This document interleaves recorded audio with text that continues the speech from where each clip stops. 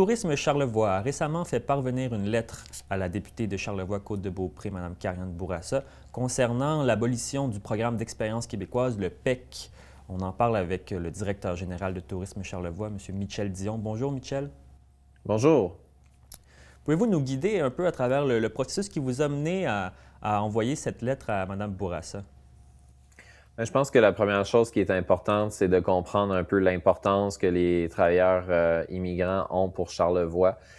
C'est vraiment majeur. On n'a évidemment pas de chiffres exacts, mais on sait que c'est des dizaines, voire des centaines d'entreprises du territoire qui s'appuient sur cette main-d'œuvre-là. Faut comprendre, là, dans Charlevoix, les emplois, en tourisme, c'est près de 30 des emplois, mais le bassin de main-d'œuvre, je dirais, dans Charlevoix est quand même, somme toute, limité. Donc, plusieurs entreprises ont eu besoin du PEC dans les dernières années.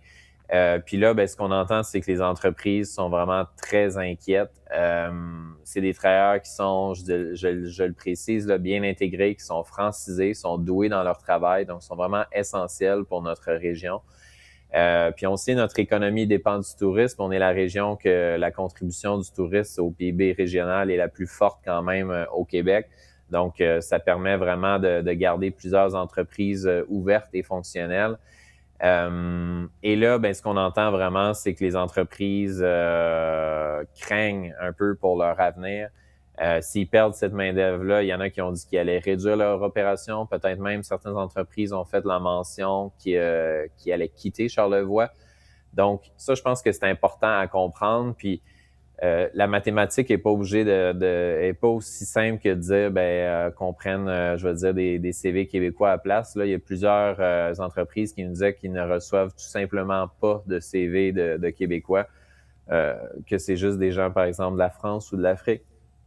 Donc, évidemment, on a suivi beaucoup dans les dernières semaines, je dirais, tout ce qui se passait au niveau politique, les discussions qu'il y avait de ce côté-là.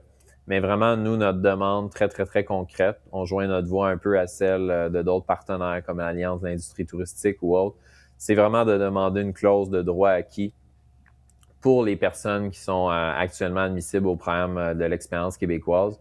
C'est une lettre qu'on a fait parvenir à la fois à la députée Karianne Bourassa, mais aussi au ministre Jean-François Roberge.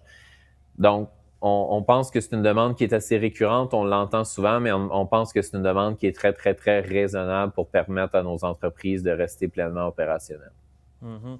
Vous l'avez dit, c'est une demande qui devient de plus en plus récurrente à travers les différentes régions du Québec. Ça fait déjà plusieurs semaines, voire mois, qu'il y a des régions qui demandent une clause grand-père comme ça. Vu l'importance de la main-d'œuvre immigrante pour l'industrie touristique québécoise, pourquoi avoir pris autant de temps avant d'interpeller le gouvernement? En fait, notre posture, c'était de dire qu'il y a présentement, je dirais, des acteurs qui ont, tu sais, si je prends par exemple l'Alliance de l'industrie touristique ou l'Association de l'hôtellerie du Québec ou l'Association des restaurateurs du Québec, c'est des associations qui sont extrêmement branchées au niveau du gouvernement puis qui détiennent une forte influence de lobbyistes. Donc, c'est certain qu'on a laissé aller des organisations qui ont plus de poids, si je peux dire, que nous en premier, étant donné leur capacité, je peux dire, à influencer le gouvernement. Mais voyant que la situation ne bougeait pas, les régions ont commencé à faire valoir leurs points aussi. On a vu Charlevoix, on a vu Mauricie, on en a vu d'autres aussi.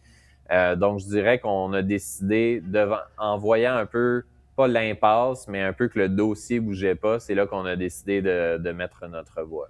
Mm-hmm. Avez-vous eu une réponse de la part de Mme Bourassa ou encore du ministre Roberge?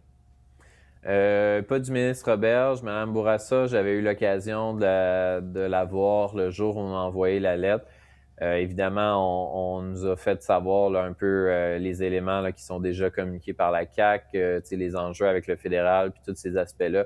Mais c'est certain que nous, ça change pas nécessairement notre position, qu'on souhaite voir cette clause-là arriver. Donc, on va continuer de marteler le message. Mm-hmm. Donc, vous militez un peu pour une clause grand-père. Est-ce que tout simplement s'opposer à la fin du programme d'expérience québécoise pourrait pas également être une solution? En fait, c'est que on voit, ça, c'est une chose, mais on voit aussi que dans les solutions de remplacement, il y a toutes sortes d'enjeux X, Y, Z à considérer et tout. Donc, je pense qu'il y a deux dossiers, là. Il y a, je veux dire, essayer de conserver nos acquis avec les employés qui sont déjà là pour avoir cette reconnaissance-là, cette clause. Puis après ça, bien, il y a tout autre enjeu, si je peux dire, du nouveau programme, quelles sont ces difficultés et tout. Donc, moi, je pense que ça reste quand même deux dossiers différents. Bien, merci beaucoup, M. Dion. Je pense qu'on a fait le tour de votre prise de position vis-à-vis du programme d'expérience québécoise. Merci. Merci, bonne journée. Bonne journée.